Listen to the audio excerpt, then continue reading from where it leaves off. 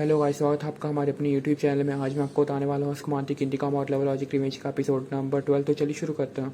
इस एपिसोड की स्टार्टिंग में जब ओजान सभी को बताता है कि वो और ईसरा शादीशुदा थे और अब उनका डिवोर्स हो चुका है, अब तो ये न्यूज़ सबको बहुत ज़्यादा ही शॉकिंग लगती है। और ये न्यूज़ सबको पता चलती है, उसके बाद फिर ईसरा को बहुत ज़्यादा ही अनकंफर्टेबल फील होने लगता है वहाँ पर, और फिर वो वहाँ से घर जाने की बात करती है और फिर सिनर से ड्रॉप करने जाता है और ईसरा को संतावना देता है कि इससे उनकी दोस्ती पर कोई असर नहीं पड़ेगा और फिर इसमें घबराने की कोई बात नहीं है और वो समझ सकता है कि ये सब किस सिचुएशंस में हुआ होगा।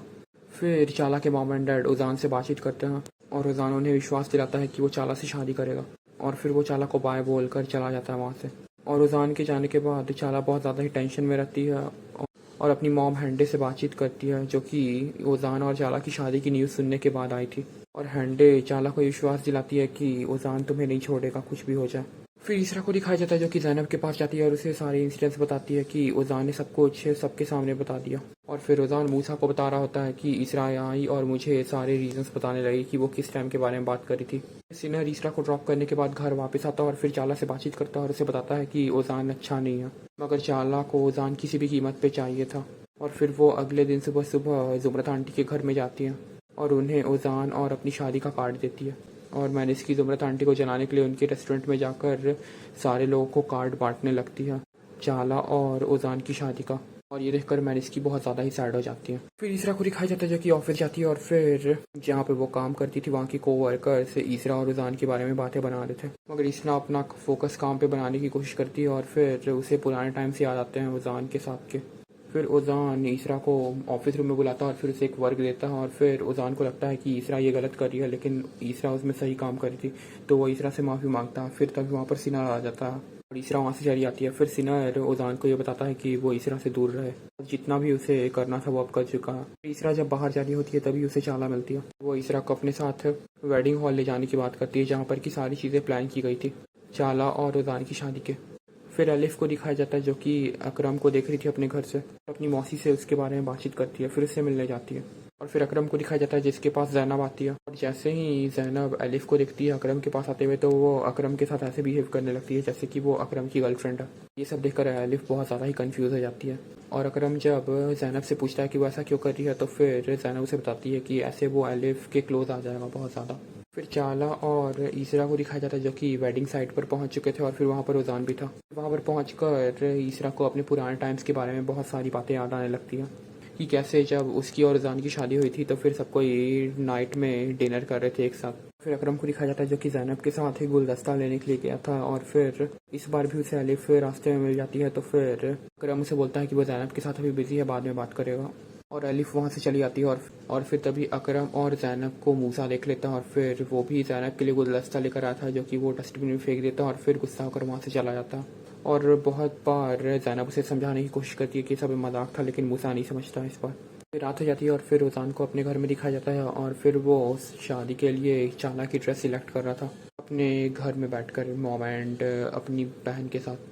और अगले दिन जब ओजान ऑफिस जाता तो वो ईसरा को सैडली बैठे हुए देखता और फिर ईसरा जब ओजान को देखती है तो वो ऐसा शो करता है जैसे कि वो काम में बहुत ज़्यादा ही बिजी है। एंड फिर तभी ईसरा के पास सिनर आ जाता है और फिर वो उसके साथ बात करने लगती है। फिर अकरम को दिखाया जाता है जो कि बैठा हुआ था और फिर उसके पास अलिफ आती है केक लेकर और फिर उससे जैनब के बारे में बातचीत करती है, पूछती है कि वो जैनब को कब से जानता है। एंड अकरम सबका जवाब फॉर्मली दे देता है। फिर मूसा और जैनब को दिखाया जाता है जो कि बीच के पास बैठे हुए थे और जैनब उसे सारी सिचुएशन समझा रही थी कि ये सब क्या हो रहा है। फाइनली मूसा इस सिचुएशन को समझ जाता है कि जैनब उनकी मदद करने की कोशिश कर रही थी। फिर जुमरत आंटी को दिखाया जाता है जो कि हैंडे के साथ बैठी हुई थी और चाला की वेडिंग ड्रेस को टेस्ट कर रही थी एंड सभी लोगों को वो ड्रेस बहुत ज़्यादा ही पसंद आती है। फिर चाला को दिखाया जाता है जो कि ईसरा के पास आती है ऑफिस में और फिर उसे कुछ फाइल्स देती हैं काम के, मीनवाइल अपने वर्क से रिलेटेड। और फिर ईसरा और ओजान के डिवोर्स के बारे में पूछती है कि उनका डिवोर्स क्यों हुआ था और कैसे हुआ था। फिर ईसरा उसे सारी बातें बताती है और ये सारी बातें कौन सी थी अगर आपने नहीं जानते हैं तो फिर आप प्लेलिस्ट चेक करें और प्रीवियस एपिसोड्स को देखें, आपको पता चल जाएगा। और फिर ये सब सुनने के बाद चाला उससे संतावना व्यक्त करती है।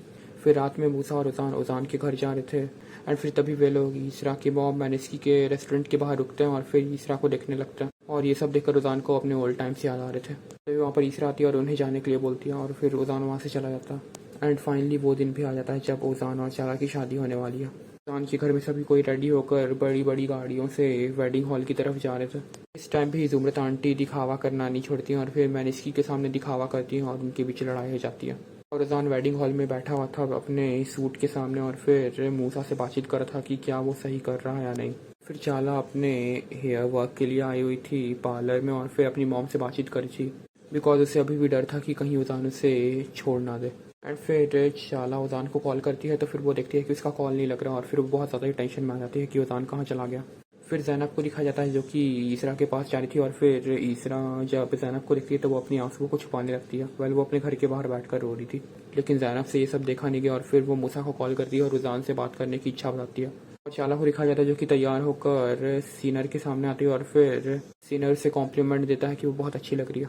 उसके बाद उजान अकेले बैठे हुआ था, उसके पास ज़ैनब आती है और फिर उजान उसे देखते ही बोलता है कि मैं ईसरा के बारे में बातचीत नहीं करना चाहता, लेकिन ज़ैनब उसे ज़बरदस्ती बताती है कि ईसरा के पास वैलिड रीज़न है उजान से नफरत करने के लिए और इससे बदला लेने के लिए बिकॉज ईसरा ने अपना बच्चा खोया था उजान की सक्सेस के लिए। तो उजान को समझ में नहीं आता है कि ज़ैनब उसे क्यों ये सब बोल रही है और फिर वो पूरी बात जानने की इच्छा बताता है और फिर ज़ैनब उसे बताती है कि जब वो अपने प्रोजेक्ट पे काम कर रहा था जिसके कारण कि आज वो इस कंपनी का मालिक है, उस टाइम में अपने घर के खर्च को चलाने के लिए ईसरा बहुत ज़्यादा ही काम किया करती थी, पार्ट टाइम ओवर टाइम, और इसी कारण उसका मिसकैरेज हो गया था और फिर उसने अपना बच्चा खो दिया था। और ये सुनने के बाद उजान बिना कुछ बोले ही वहाँ से चला जाता और फिर ईसरा को ढूंढने लगता। और फिर चाला जब उजान को खोजती है तो वो उजान उसे नहीं मिलता। फिर उजान मैनिसी के रेस्टोरेंट में आता है और अकरम से पूछता है ईसरा के बारे में, तो अकरम उसे बता देता है कि वो बीच के पास गई है और फिर उजान ईसरा से मिलने बीच के पास जाता है। और इधर चाला पूरी तरह से परेशान हो गई थी कि उजान कहाँ चला गया। फिर उजान ईसरा के पास जाता है और इस बात की कंफर्मेशन लेता है कि ईसरा के बारे में ज़ैनब सच बोल रही थी या फिर झूठ। तो फिर ईसरा इसे हाँ बोल देती है और उजान फिर से बहुत ज़्यादा ही दुखी हो जाता है और फिर ईसरा उसे सारी बातें फिर से बताती है जो कि ज़ैनब ने उजान को बताई थी। और इधर वेडिंग हॉल में सब कोई उजान को खोज रहे थे। फिर ये सारी बातें सुनने के बाद उजान को ईसरा से हमदर्दी होने लगती है, लेकिन फिर भी वो अपनी शादी की बात करके आया था। तो उजान वेडिंग हॉल में वापस जाता है और चाला के साथ वो मैरिज रजिस्ट्रार के सामने और सारी पब्लिक के सामने खड़ा होता है। और फिर जब मैरिज रजिस्ट्रार चाला से पूछता है कि क्या वो इस शादी को कबूल करती है तो फिर चाला हाँ कर देती है। और फिर जब उजान से पूछा जाता है तो उसका जवाब क्या होगा ये सब हम जानेंगे अगले एपिसोड में। तब तक के लिए bye bye, see you later. और हाँ, चैनल को सब्सक्राइब करना बिल्कुल मत भूलना और कमेंट करके बताना कि उजान का जवाब क्या होगा, हाँ या ना। और हाँ, बिना देखे एपिसोड 13 बिना देखे कमेंट करके बताना कि उजान का जवाब क्या होगा, हाँ या ना। और अगर उजान का जवाब हाँ होता है तो फिर वो अब ईसरा को क्या जवाब देगा, और फिर ना होता है तो वो उन लोगों को क्या जवाब देगा जो कि वहाँ पर खड़े हैं, और फिर चाला को क्या जवाब देगा जिसे कि उसने खुद अप्रोच किया था शादी के लिए। इन्हीं कई सारे सवालों के साथ आज का एपिसोड खत्म होता है।